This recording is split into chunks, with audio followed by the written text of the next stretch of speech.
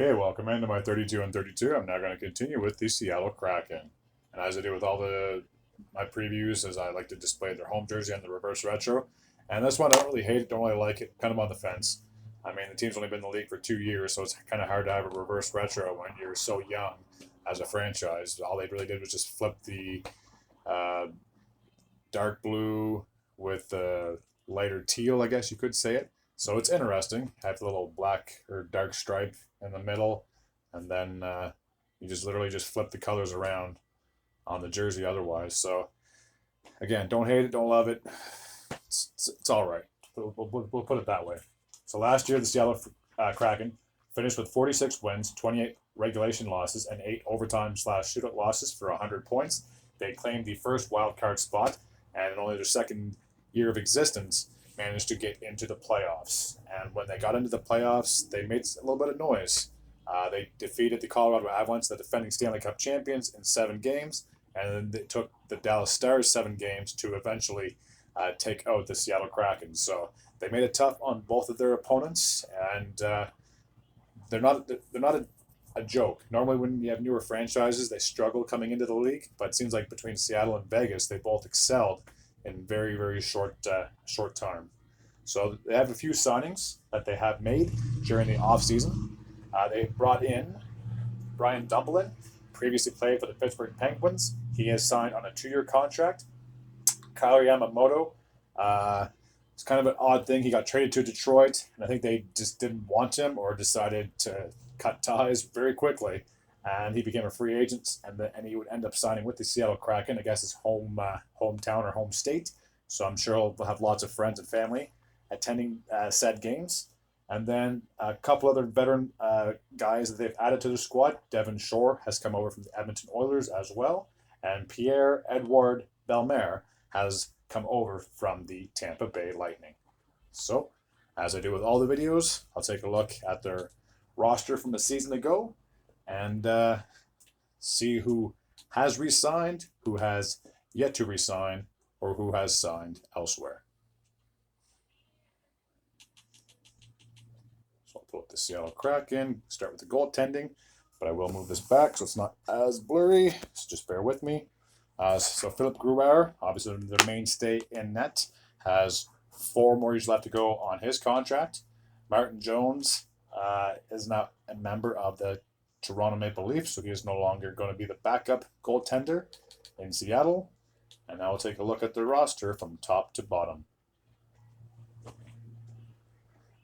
So Matty Beniers has 1 year left to go on his inaugural contract, so I can only imagine what he's going to be asking for this upcoming season.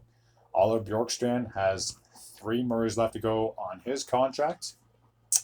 Will Borgen has re-signed with the Seattle Kraken, so he'll be back for 2 more seasons. Andre Burakovsky has 4 more years left to go on his contract. Ryan Donato has signed with the Chicago Blackhawks. Jonas Donskoy has retired from the NHL. Vince Dunn has signed a 4-year extension with the Kraken, so he'll be in Seattle for a few more seasons. Jordan Eberle is coming into the last year of his contract. Cale Fleury has re-signed on a 2-year deal with the Seattle Kraken. Jesper Froden is still a free agent as of now. Morgan Geekie, he has now signed with the Boston Bruins. Yanni Gourde has 2 more years left to go on his contract. Ty Cartle has 2 more years left to go on his deal, as does Adam Larson, has 2 more years left to go on his contract. Jared McCann is the man with the plan for 4 more seasons. Jacob Megna, he still has 2 more years left to go on his contract. Jamie Oleksiak has 3 more years left to go on his deal. Justin Schultz, pretty sure he got traded in the offseason, if I'm not mistaken, because I know that they made room so they could get. Uh, hmm. That's a question mark. I'm pretty sure he got traded, if I'm not mistaken, but we'll see. Jaden Schwartz, he has 3 more years left to go on his deal. Carson Soucy has left Seattle, but he's staying on the Pacific, and he's heading north to the Vancouver Canucks. Daniel Sprong, he has now signed with the Detroit Red Wings. Brandon Tanev has 2 more years left to go on his contract. Eli Tolvainen has 1 more left to go on his deal. And Alex Wenberg has 1 more left to go on his deal as well. So I'll bring back the menu to show off the logos and make my predictions for this upcoming season.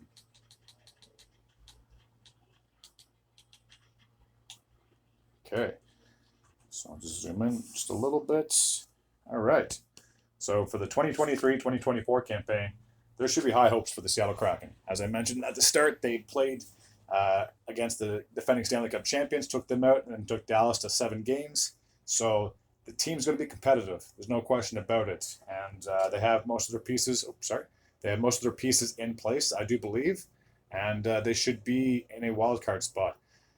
As I've said in a lot of my videos, I think it's going to be a split of 4 teams each for each division to get into the postseason. So I don't see 5 teams necessarily making it from one division and 3 on the other on both the Western and the Eastern side of things when it comes to the postseason. So I would not be surprised to see the Seattle Kraken get in. The only other team I could see them potentially taking over their spot or beating them out would maybe be the Flames in their division. But again, only time will tell. We'll see how the season unfolds. But my prediction at the start of the season is that the Seattle Kraken make yet another postseason appearance at the end of the year. As always, if you like hockey content, I do it on the daily. Feel free to hit that sub button. Help me out. And as always, take care.